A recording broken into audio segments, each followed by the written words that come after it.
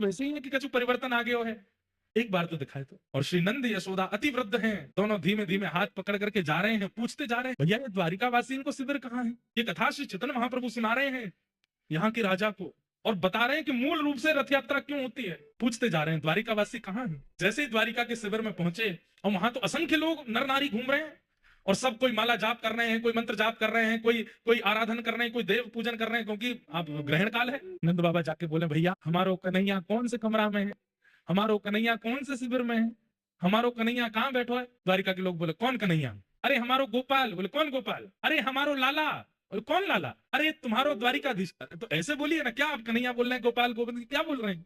राजा धीराज महाराज गौ ब्राह्मण प्रतिपालक वसुदेव नंदन देवकी नंदन श्री कृष्ण चंद्र भगवान, ऐसे कहिए। अब हम तो भैया बोले को ना इतना लंबा चौड़ा, हम तो वृंदावन से आए, हम तो कन्हैया गोपाल गोविंद ही बोले, कहाँ है। अच्छा, वो सामने सभागृह है ना, वहां पर असंख्य ब्राह्मण देव उनकी अर्चना कर रहे हैं।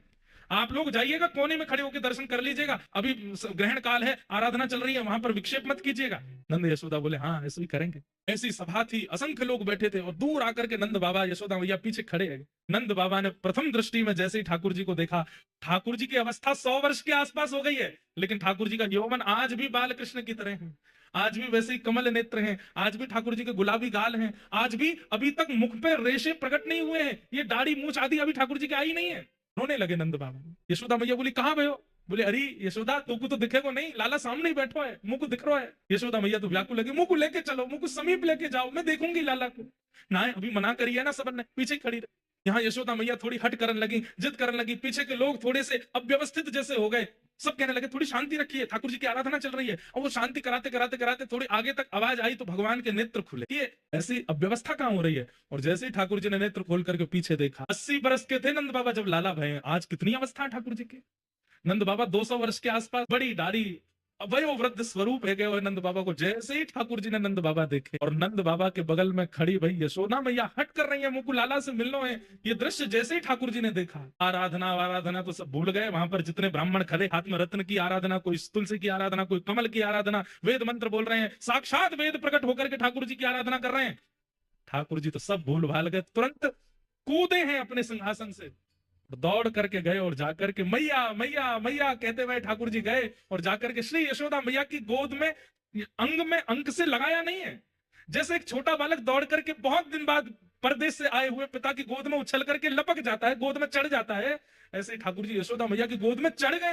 अपने दोनों पैरन से मैया की कमर पकड़ ली, हाथन से मैया को अंग पकड़ लियो, और रुदन करने लगे, मैया की गोद में चढ़ गए। यशोदा मैया रुदन कर रही है। इतनी अवस्था ठाकुर जी की हो गई, 16,108 ब्याह हो गए, प्रत्येक पत्नी से संतान भी हो चुकी हैं, और संतानों के भी ब्याह हो चुके हैं। उस अवस्था में ठाकुर जी यशोदा मैया की गोद में चढ़ गए, और मैया की गोद में जाते बहुत देर तक तो रुदन करते रहे, और थोड़ी देर बाद मैया के वक्ष पर अपना हाथ फेरन लगे, और बोले मैया मुझे बहुत दिनों से भूख लग रही है, मैं अभी तक तृप्त ना भय हूं, मैया मुझको अपना दूध पिवा, वही पिवा। अब द्वारिकाधीश नहीं है, अब वृंदावन चंद। छोटे से लाला को जैसे गोद में मैया लेती है, ऐसे ही ठाकुर जी को लेकर के बीच आंगन में बैठ गई। चारों तरफ द्वारिकावासी देख रहे हैं, द्वारिकावासी देख रहे हैं, नंद बाबा खड़े हैं बगल में, और श्री यशोदा मैया लाला को अपने पयोधर का पान करा रही हैं। 100 वर्ष की वयोवृद्धा यशोदा मैया ने जैसे ही अपना पयोधर ठाकुर जी के मुख में दिया, अपने आप दुग्ध प्रकट होने लगा, और ठाकुर जी दूध पान कर रहे हैं। रुक्मणी जी घुटनों पर बैठे बैठे रुदन कर रही हैं। सत्यभामा, जामवती, जितनी सब भगवान की पटरानियां हैं, इस दृश्य को देखकर के कोई आश्चर्यचकित हो रही है, ये क्या देख रहे हैं हम। सबके कान में खबर पड़ी कि यशोदा मैया।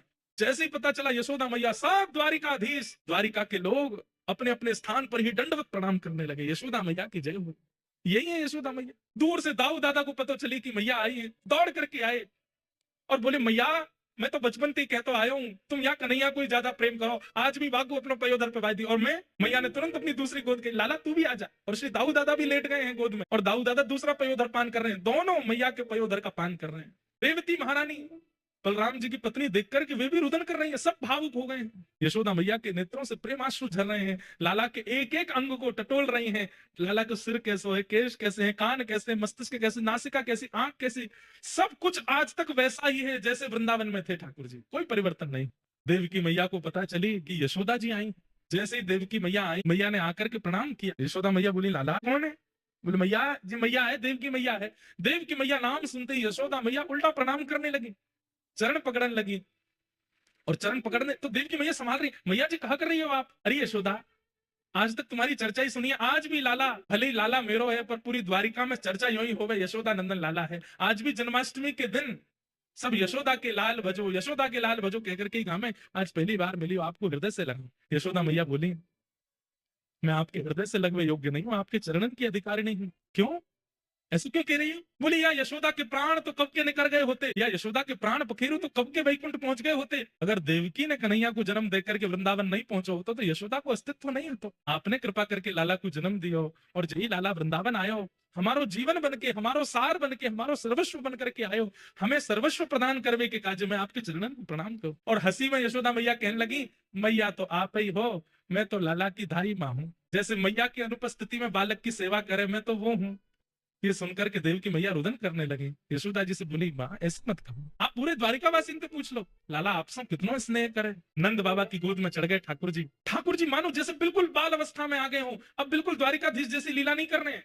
द्वारिका के लोग उन्होंने कभी ठाकुर जी को ऐसे देखा ही नहीं, कभी यशोदा की गोद में, कभी नंद बाबा की गोद में। और यहाँ दाऊ दादा, जिनसे सब डरते हैं, जगन्नाथपुरी में भी श्री दाऊ दादा से ही डरते हैं सब, महाप्रभु जी से कोई नहीं डरता। वो दाऊ दादा भी आज इतने बालवत अपनी क्रिया कर रहे हैं। तभी ठाकुर जी के कान में खबर पड़ी, श्री राधा रानी भी आई। राधा रानी का नाम सुनते ही ठाकुर जी थोड़े गंभीर, और गंभीर अवस्था में आकर के मैया को तो भीतर बैठाया, सब पत्नियों से मिलवाया, सब क्रिया करी, और अवसर जानकर के ठाकुर जी बोले कि किशोरी जी नहीं आएंगे, मैं ही जाऊं। यहाँ किशोरी जी सब सखियों के साथ बैठी हैं। तभी बैठी बैठी किशोरी जी अचानक कहती हैं, ललिता ऐसा क्यों लग रहा है कि द्वार पर श्री कृष्ण आए हैं, तू देख तो। ललिता जी बोली, कृष्ण नहीं आए हैं, हमें अभी अभी पता चली है कि उनकी तो आराधना चल रही है, बड़े बड़े विप्रदेव आकर के उनकी अर्चना कर रहे हैं, वो बड़े व्यस्त हैं, वो कहां से आ जाएंगे यहाँ पे। किशोरी जी बोली, नहीं ललिता, तू एक बार जाकर के देखना, मुझको ऐसा लग रहा है द्वार पर श्री कृष्ण खड़े हैं। विशाखा जी बोली, आपको क्यों ऐसा अनुभव हो रहा है? किशोरी जी बोली, अभी अभी जो ब्यार चली ना वायु की, वह ब्यार में श्री कृष्ण के तन की सुगंधी है, और ये सुगंधी आज 100 वर्ष बाद मेरी नासिका को प्राप्त भई है। मेरा हृदय मयूर नृत्य कर रहा है, मुझको पूर्ण रूपेण विश्वास है, तुम द्वार पे जाके देखो श्री कृष्ण खड़े। ललिता विशाखा जैसे ही गई, और जैसे ही द्वार से पर्दा हटा करके देखा, लाल नेत्र हैं ठाकुर जी के, अश्रु बिंद भरे हैं नेत्रों में, और श्याम सुंदर चुपचाप खड़े हैं नीची नजर करके।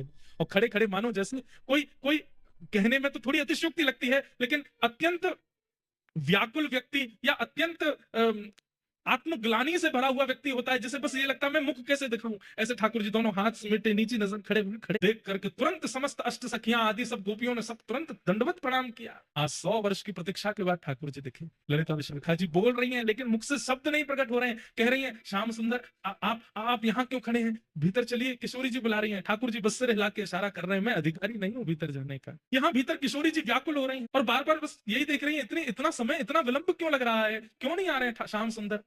जैसे ही किशोरी जी बाहर निकलने के लिए अपने आसन से उठी, तभी ललिता जी बोली, देखो श्याम सुंदर, आप भीतर नहीं जा रहे, किशोरी जी बाहर आ रही हैं। जैसे ही ठाकुर जी ने सुना कि किशोरी जी आ रही हैं, तो अरे वो क्यों श्रमित हो रही है, मैं चल रहा हूं ना भीतर। तुरंत ठाकुर जी भीतर गए, और आज 100 वर्ष के पश्चात किशोरी जी की दृष्टि के सामने ठाकुर जी हैं, ठाकुर जी की दृष्टि के सामने श्री किशोरी जी। शब्द नहीं है।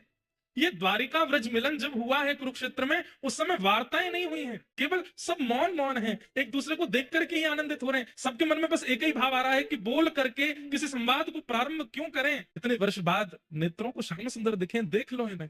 ठाकुर जी किशोरी जी के चरणों में बैठ गए, और चरणों में बैठ करके कहना तो चाहते हैं कि मुझे क्षमा कर दो, लेकिन कह नहीं रहे हैं। केवल हाथों से जब चरण स्पर्श किए, तो स्पर्श मात्र से किशोरी जी को यह अनुभव हो रहा है कि ठाकुर जी क्षमा प्रार्थना कर रहे हैं। बंधुओं, प्रेम की एक अवस्था है, ध्यान से सुनिएगा, कि हमारा प्रेमी भले ही हमसे दूर चला जाए, हमारा प्रेमी भले ही हमसे बात ना करे, हमारा प्रेमी भले ही हमें वर्षों तक दिखाई ना दे, लेकिन फिर भी उसके प्रति हमारे चित्त में दोष उत्पन्न ना होना, यह प्रेम का स्वरूप है। ठाकुर जी द्वारिकाधीश बन गए, 16,108 ब्याह हो गए, इतना सब कुछ हो गया, लेकिन ब्रजवासियों ने कभी कोसा नहीं ठाकुर जी। छलिया, तपटी आदि आदि जो भी कहती हैं, कहने के बाद तुरंत अपनी बातों को समाप्त कर देती हैं। जोई जोई प्यारो करे, सोई मोहे भावे, भावे मोहे सोई, जोई सोई सोई करे प्यारे। श्री हृदयवंश महाप्रभु चतुराशी जी के प्रथम पद में कहते हैं, प्रेम का स्वरूप क्या है? ठाकुर जी जो करें, प्रेमी हमारा जो करे, हमें सब स्वीकार। ब्रजवासियों ने कभी शिकायत नहीं की ठाकुर जी से। आज 100 वर्ष थोड़े होते हैं, यहाँ कोई 10 दिन हमसे बात ना करे तो हम लोग उसके प्रति व्यंग कसने लगते हैं। 100 वर्ष बाद ठाकुर जी मिले हैं, फिर भी किशोरी जी, सब गोपियां, सखियां, नंद बाबा, यशोदा, किसी ने शिकायत नहीं की ठाकुर जी से।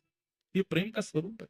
ठाकुर जी जिस प्रकार किशोरी जी के चरण कमलों का स्पर्श कर रहे हैं, किशोरी जी समझ गई हैं कि ये मुझसे क्षमा प्रार्थी हो रहे हैं। तुरंत किशोरी जी नीचे बैठ गई, हाथ पकड़ दिए, बोले आप क्या कर रहे हैं, ये इस प्रकार आप चरण क्यों छू रहे हैं? ठाकुर जी कह रहे हैं, मुझे बहुत आत्मग्लानि हो रही है। आप ब्रजवासियों को जो कष्ट, जो पीड़ा, जो विरह मैंने दिया है, उस विरह से मुझे बहुत कष्ट हो रहा है। किशोरी जी ने हस्त कमल पकड़े बोले, नहीं, आपने हमें कोई विरह नहीं दिया।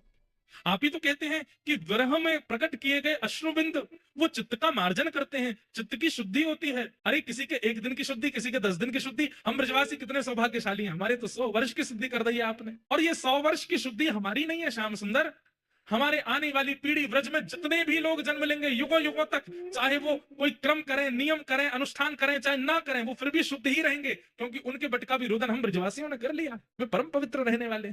इसलिए ब्रजवासी सर्व पूज्य है। बड़े बड़े मठाधीश भी प्रणाम करते हैं ब्रजवासियों को। क्यों? ब्रजवासियों के बटके अश्रुबिंद ब्रजवासियों। किशोरी जी ने तुरंत हस्त कमल पकड़ा और सब गोपियों से कहा, अरे 100 वर्ष है गए, श्रृंगार पेटी खुली नहीं है, आज श्रृंगार पेटी खोलो। और 100 वर्ष बाद आज पहली बार श्रृंगार पेटिका खुली है। ललिता जी चंदन घिस रही हैं, विशाखा जी आदि सब सखियां सुंदर सुंदर रत्न लेकर के आ रही हैं, सुंदर सुंदर पुष्प के आभूषण लेकर के आ रही हैं, और श्री किशोरी जी श्याम सुंदर को वृंदावन चंद के रूप में श्रृंगार कर रही हैं। अभी तक तो द्वारिकाधीश बनते हैं, लेकिन आज वृंदावनाधीश बन रहे हैं। किशोरी जी श्रृंगार कर रहे हैं।